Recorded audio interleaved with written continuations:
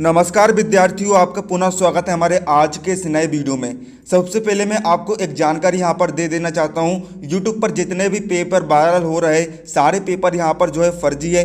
आप मुझे सही कहो या गलत कहो, आपको सही लगे या फिर झूठ लगे, लेकिन ये कड़वा सच है, सारे पेपर जो है फर्जी है। असली पेपर ना तो मेरे पास है ना ही उनके पास है। असली पेपर किसी के पास नहीं है बच्चों। तो आपको जो है इनके जाल में बिल्कुल भी नहीं फंसना है। आपको जो मैं यहाँ पर इंपॉर्टेंट क्वेश्चन दे रहा हूँ, आपको जो है इनकी तैयारी कर लेनी है। कल आपको जो है परीक्षा में यहाँ पर जरूर देखने को मिलने वाले हैं। तो बच्चों, यदि आपको मुझ पर भरोसा है, यदि आपको मुझ पर ट्रस्ट है, तभी आप इस वीडियो को देखना। यदि आप जो है नकलची बच्चे हो, आप जो है नकल देखने आते हो, आप जो है फर्जी पेपर के सहारे जीते हो, तो आप इस वीडियो को छोड़कर यहाँ पर जा सकते हो। और यदि आप जो है मेहनत कर सकते हो, मेहनत करके टॉप कर सकते हो, तभी आप इस वीडियो को पूरा यहाँ पर देखना। तो बच्चों, आप इस वीडियो के लिए लाइक जरूर कर देना। साथ ही चैनल पर नए हो तो चैनल को सब्सक्राइब करके बेल नोटिफिकेशन पर ऑन कर लेना, ताकि हम जैसे ही कोई नए वीडियो अपलोड करें आपको उसकी तुरंत नोटिफिकेशन यहाँ पर मिल जाए। तो चलिए वीडियो को हम किस देरी के यहाँ पर शुरू कर लेते हैं। काव्य बोध के जो है very very very most IMP question बताने वाला हूं बच्चों। बहुत ही इंपॉर्टेंट क्वेश्चन यहां पर रहने वाले हैं। यदि आप इन्हें याद कर लेंगे तो बच्चों आपको जरूर यहां पर परीक्षा में जो है प्रश्न यहां पर देखने को मिल सकते हैं। बच्चों, मेरी गेसिंग जो है कभी भी फेल नहीं होती है। मेरा एक्सपीरियंस बहुत है गेसिंग मारने में। बच्चों, जो भी मैं क्वेश्चन निकालता हूँ वो हर साल फंसते ही है। मैं जब खुद पढ़ता था बच्चों, तो वो क्वेश्चन जो है खुद अपने आप फंस जाते थे। तो बच्चों देखिए, आपको जो है इन्हें अच्छे से तैयार यहाँ पर कर लेना है, जरूर आपको परीक्षा में देखने को मिलने वाले। तो बच्चों देखिए, काव्य बोध जो आपका चैप्टर है, इसके अंतर्गत जो है 2 अंक का एक क्वेश्चन और 3 अंक का जो है एक क्वेश्चन यहाँ पर आने वाला है। टोटल 5 अंक यहाँ पर क्वेश्चन आने वाले हैं। तो मैं आपको इसके लिए वेरी मोस्ट आईएमपी क्वेश्चन यहाँ पर बताने वाला हूँ। तो बच्चों, इसके अंतर्गत जो पहला चैप्टर आपको दिया है काव्य की परिभाषा एवं भेद, इसके हम आइए अति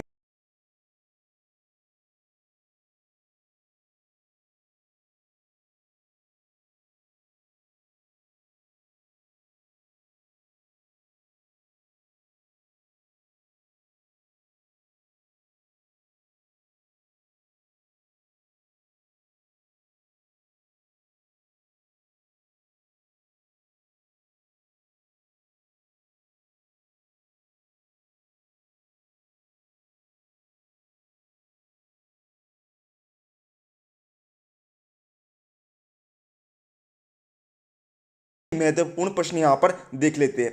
तो बच्चों देखिए, पहला आपका अति महत्वपूर्ण प्रश्न है जो कि आपको 2 अंक में पूछा जा सकता है। काव्य की परिभाषा तथा भेद लिखिए। यहाँ पर आपको जो है काव्य की परिभाषा लिखनी है और उसके आपको भेद बताना है। तो बच्चों देखिए, काव्य हमारे भावों विचारों की शाब्दिक अभिव्यक्ति है जो आनंद की अनुभूति कराने वाली होने के कारण संरक्षणीय है ना।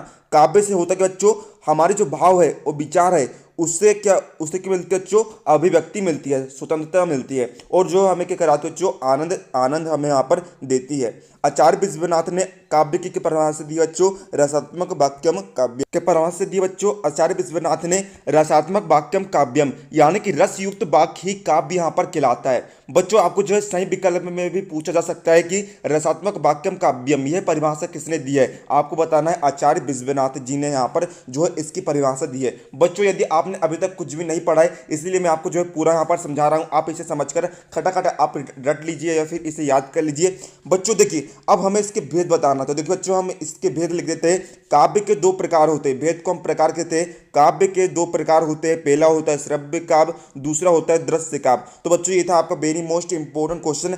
इसके बाद देखिए बच्चों, आपको जो है यहाँ पर महाकाव्य, देखिए अगला वेरी मोस्ट इंपॉर्टेंट क्वेश्चन है बच्चों, महाकाव्य किसे कहते हैं? 2 प्रमुख महाकाव्यों एवं उनके रचनाकारों के नाम लिखिए, है ना। महाकाव्य की परिभाषा आपको बतानी है और 2 प्रमुख महाकाव्य और उनके रचनाकारों के नाम आपको यहाँ पर लिखना है। अथवा इसके अंदर में बच्चों अगला क्वेश्चन आपको पूछा जा सकता है कि महाकाव्य किसे कहते हैं? हिंदी के 2 महाकाव्यों के नाम लिखिए। तो बच्चों देखिए, आप लिखेंगे 2 अंक में जो है आपको ये क्वेश्चन देखने को मिल सकता है। महाकाव्य जो है विस्तृत होता है, यानी कि बहुत बड़ा होता है। इसमें प्रकृति का विशद चित्रण होता है ना। इसमें जो है प्रकृति, जो हमारा नेचर है, उसका यहाँ पर चित्रण किया जाता है। इसमें जो है जीवन के समग्र यानी कि संपूर्ण जीवन का जो है उल्लेख यहाँ पर होता है। और जो इसमें पात्र होते हैं उनकी संख्या भी यहाँ पर अधिक होती है। अब देखिए, इसका अगला भाग हम यहाँ पर लिखते हैं। हिंदी के 2 महाकाव्य निम्नलिखित है। पहला है रामचरितमानस, जिसके लेखक का नाम क्या बच्चों? तुलसीदास जी है। और दूसरा है कामायनी, जिसके लेखक का नाम है क्या? जयशंकर प्रसाद। अब देखिए बच्चों, अगला वेरी मोस्ट टाइम पे क्वेश्चन है बच्चों यहाँ पर आपका कि खंड काव्य किसे कहते हैं। हिंदी के 4 खंड काव्यों के नाम यहाँ पर आपको लिखने हैं। तो बच्चों देखिए, इसके अध्याय में अगला क्वेश्चन आपको पूछा जा सकता है कि खंड काव्य की परिभाषा एवं एक खंड काव्य का नाम लिखिए, है ना। या तो बच्चों यही क्वेश्चन को जो है आपको इस प्रकार से पूछ सकता है, मतलब कि दोनों क्वेश्चन के आंसर जो है सेम यहाँ पर रहने वाले हैं, आपको परीक्षा में कंफ्यूज नहीं होना है। तो बच्चों देखिए, महाकाव्य का बिल्कुल विपरीत है बच्चों क्या, खंड काव्य। खंड का देखिए, महाकाव्य में जो है जीवन के संपूर्ण जीवन का उल्लेख होता था, लेकिन खंड काव्य में जो है जीवन के किसी एक पक्ष यानी किसी एक घटना का अंकन होता है, एक घटना अथवा व्यवहार का ही चित्रण किया जाता है। हिंदी के 4 खंड काव्य यहाँ पर बच्चों निम्नलिखित है ना। कोई भी आप जो 2 लिख सकते हैं, फिर 4 लिख सकते हैं, जितना आपको परीक्षा में पूछा जाए आपको उतना ही लिखना है। पहला हम देखते हैं जानकी मंगल, इसके लेखक का नाम है तुलसीदास। दूसरा सिद्धराज, इसके लेखक का नाम है मैथिली शरण गुप्त। तीसरा है सुदामा चरित, इसका नाम है, इसके लेखक का नाम है नरोत्तम दास। तो बच्चों ये जो है 3 आप याद कर लेना, आपको वैसे 2 ही पूछा जाएगा मेरे ख्याल से, है ना। अब बच्चों देखिए, हम यहाँ पर ये आपके जो है ये पहला चैप्टर के यहाँ पर आईएमपी क्वेश्चन यहाँ पर एंड हो जाते हैं। 3 क्वेश्चन आपको जो है परफेक्ट कर लेने हैं। अब बच्चों देखिए, यहाँ पर हम देखते हैं अगला चैप्टर आकर रस। तो देखिए बच्चों, रस में जो है आपको यहाँ पर कोई भी रस आपको पूछा जा सकता है। मैं आपको वेरी मोस्ट वाले बता देता हूँ बच्चों। देखिए बच्चों, देखिए आपको जो है रस और उसके स्थायी भाव भी आपको याद कर लेने हैं, है ना। बच्चों देखिए, एक और अगला क्वेश्चन यहाँ पर जो आपको जो है 2 अंक में पूछा जा सकता है, कई बार जो है परीक्षा में ये वाला प्रश्न आ चुका है। संचारी भाव किसे कहते हैं एवं इनकी कितनी संख्या मानी गई है ना। आश्रय के मन में उठने वाले अस्थिर मनोविकारों को संचारी भाव कहते हैं, है ना। मतलब कि ये जो भाव होते हैं ये पल भर के लिए हृदय में उत्पन्न होते हैं और तुरंत जो है समाप्त भी हो जाते हैं, है ना। आश्रय के मन में उठने वाले अस्थिर, स्थिर नहीं होते हैं, अस्थिर होते हैं मनोविकारों को हम संचारी भाव कहते हैं। इनका अस्तित्व जो है पानी के बुलबुले के समान होता है ना। आपने पानी के बुलबुले देखे होंगे बच्चों, जो है पल भर में जो है फूट जाते हैं। वैसे जो हमारे ये विचार उठते हैं बच्चों, ये भी जो है पल भर में यहाँ पर समाप्त हो जाते हैं। अब बच्चों में बतानी संख्या कितनी निर्धारित की गई है बच्चों, इनकी जो है संख्या 33 निर्धारित की गई है। आपको ऑब्जेक्टिव में भी पूछा जा सकता है कि संचारी भाव की संख्या बताइए, तो बच्चों संचारी भाव की संख्या कितनी है बच्चों, 33 यहाँ पर है। अब बच्चों देखिए, यहाँ पर आपको जो है रस और उसकी स्थायी भाव भी आप याद कर सकते हैं। ये तो आपको जो है कंफर्म रहना चाहिए, आपने 9वीं में भी पढ़ लिए होंगे, है ना। ये तो आपको याद हो गई। ये यदि आपको ये याद नहीं है तो बच्चों आपको क्या याद है, आप मुझे बताइए, है ना। अब बच्चों देखिए, वेरी मोस्ट आईएमपी क्वेश्चन हम रस यहाँ पर देख लेते हैं बच्चों। देखिए बीर रस है ना, बीर रस की परिभाषा लिखते हुए आपको एक उदाहरण लिखना है, अथवा इसी क्वेश्चन को आपको जो है इस प्रकार से भी पूछा जा सकता है। आपको जो है कंफ्यूज नहीं होना है, दोनों में आपको जो है एक ही आंसर यहाँ पर लिखकर आना है। बीर रस मतलब कि आपको जो है यही वाला आंसर लिखकर आना है। बच्चों देखिए, इसकी परिभाषा मैं आपको जो है सिंपल से बता देता हूँ। देखिए बीर रस का स्थायी भाव क्या होता है बच्चों, उत्साह होता है। तो आपको लिखना है जब सा हृदय के, देखिए एक फॉर्मेट होता है, एक फॉर्मेट क्या होता है, जब सा हृदय के हृदय में स्थित है, उसके बाद आपको जो भी रस आप लिख रहे हो उसका आपको स्थायी भाव लिख देना है। फिर उसके बाद आप लिखेंगे जब सा हृदय के हृदय में स्थित, जो आप लिख रहे हो उसका वो स्थायी भाव लिख देंगे।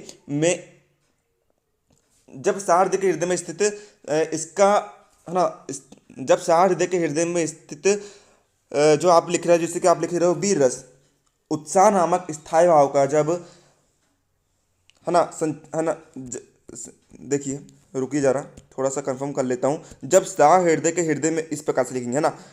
जैसे कि आप लिख रहे हो बस बात से लेकर लिख रहे हो, तो बच्चों आप लिखेंगे जब सा हृदय के हृदय में स्थित वत्सल नामक स्थायी भाव का जब विभाव अनुभाव और संचारी भाव से संयोग हो जाता है तब वहाँ वात्सल्य रस यहाँ पर होता है। तो बच्चों इस प्रकार से आप लिखेंगे।